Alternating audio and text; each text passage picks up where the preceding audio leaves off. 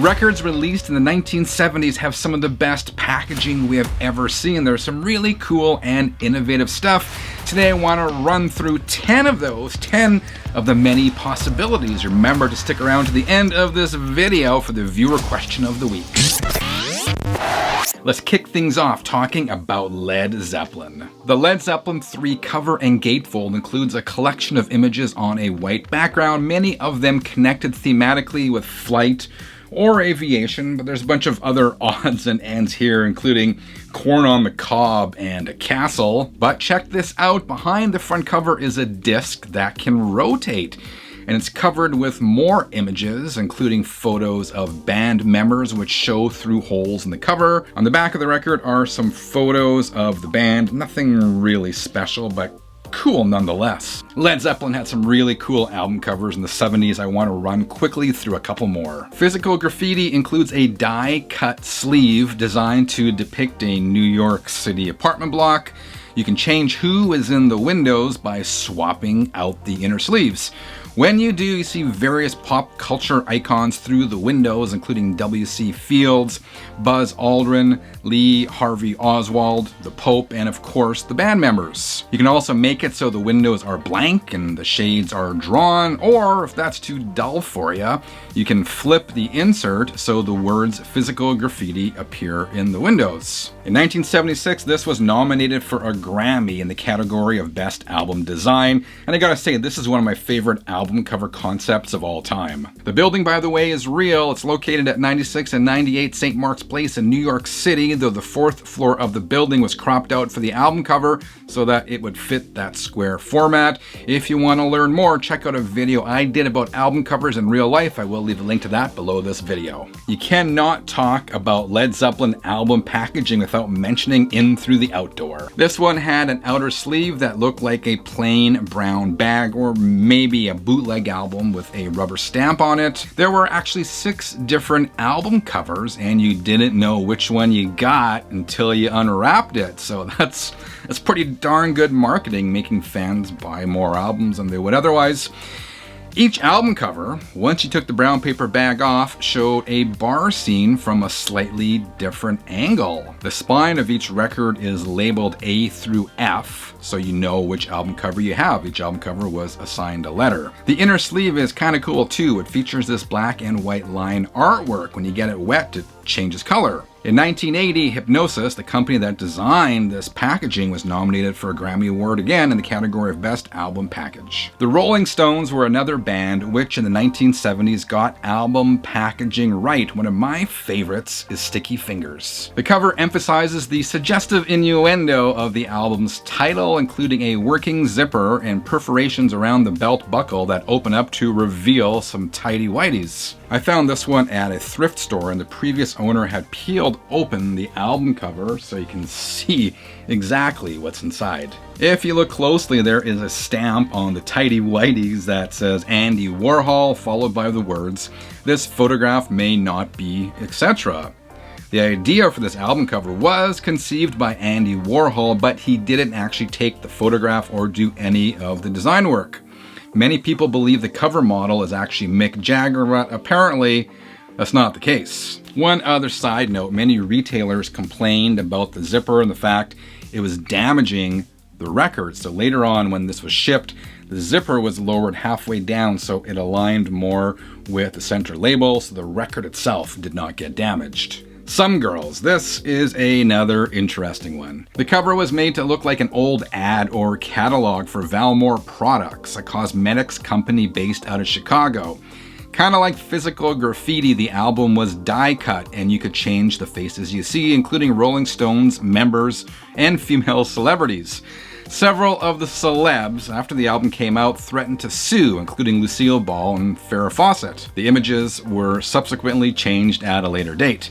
The colors on the album also changed or varied from country to country. Okay, the Alice Cooper Band were the kings of shock rock, and their album covers had to match the band's reputation. This is another one of my favorites, School's Out. I love this album cover and the overall design. The cover was made to look like an old-fashioned school desk with the band members' names carved into the desk. When you open it up, you can see exactly what was in the desk, and there's a whole bunch of stuff in here, including gum, marbles, crayons, and on and on. And the record itself was covered or surrounded by a pair of paper panties. But the coolness doesn't end there. You flip the record over, and on the back you see these perforated legs. You can pull them out if you're careful, and the record jacket can actually stand up and look and closely resemble that old-fashioned school desk. The desk photograph for the album cover, by the way, is apparently on display at the Hard Rock Cafe in Las Vegas, or it was at one point. Next up, Alice Cooper, $1 Billion Babies. The cover of this album was designed to look like a wallet. In the front it says $1 Billion Babies, Alice Cooper, and when you open it up, you see the inside of the wallet.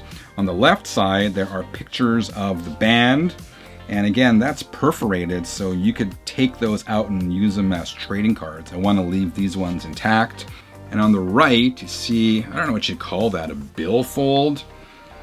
Basically, this album comes with a $1 billion bill, and you can insert it into that billfold. In this case, I haven't, because I want to preserve the album, but this bill is actually kind of cool. In the middle, you see a photo of the band, and you see all sorts of designs around this bill, including snakes and cars and whatnot.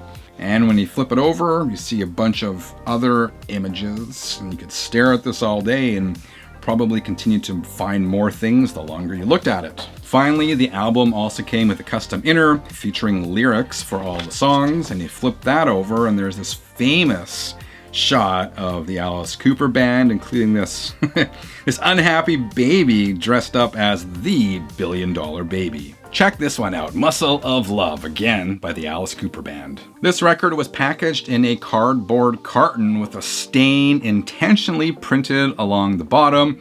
I know that stain tricked a lot of people. I had friends who thought that their records were stained, but no, that stain is supposed to be there.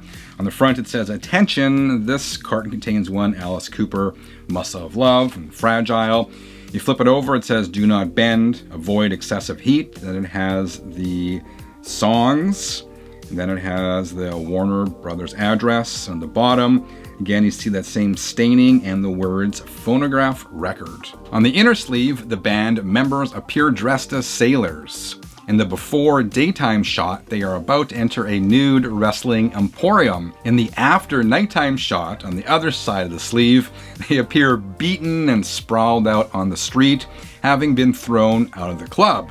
The joke being that the live nude female wrestler was in fact a gorilla with a blonde wig. The original release also had a paper book cover sheet that could be folded and used as a book jacket. A photo on the sheet depicts the band members in their sailor uniforms looking dejected while peeling potatoes. The album came in other forms as well, including this non-cardboard single sleeve record. We can't talk about cool packaging from the 1970s without mentioning the hottest band in the land, Kiss. It was hard for me to pick just one or two Kiss records because there were so many innovative record packaging ideas for these guys in the 70s. But let's start with Kiss Alive 2, bold writing on the front cover, and of course 4 images of the band members. You flip it over and there's 4 more images of the band members. Actually, those appear to be the same ones that were on the front, just larger.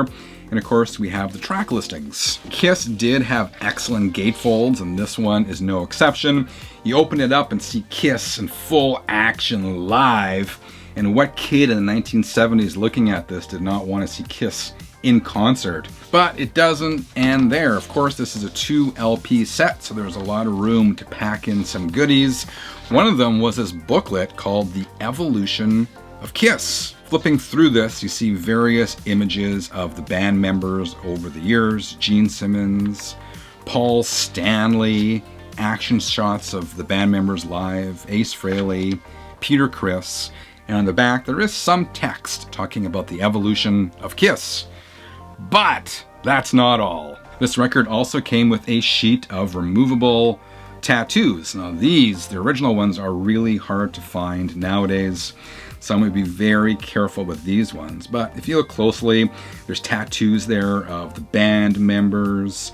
There's Ace Frehley's tattoo, there's Peter Criss's tattoo, there's skulls, there are autographs, a whole bunch of stuff that any kid at the time would have loved to have. And let's do one more from Kiss, this time the originals. After the success of Alive, Kiss's label Casablanca decided to re-release the first studio albums. This was available in the US, Canada, and Japan. I'm not sure about anywhere else. The pressings were all very similar, but there were slight variations. On the front cover, it says a specially priced 3-record set, including an exclusive collector's edition 16-page history of Kiss that reveals everything in words and pictures few have ever seen before. There are also 6 wallet-sized color Kiss Rock Superstar cards and a giant Kiss Army sticker. You open it up and the gatefold is rather plain, just the Kiss logo repeated over and over and over. So this was a 3-record set. 2 records would go on one side, 1 would go on the other. But again, the bonus items here are what is really cool.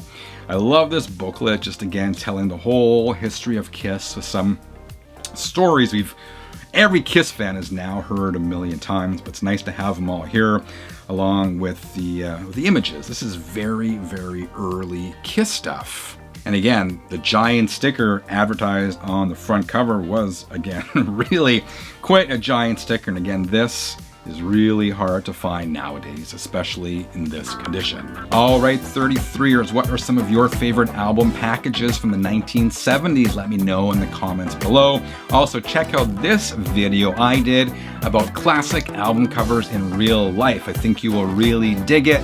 I will see you there in a couple of minutes. Until then, keep on spinning.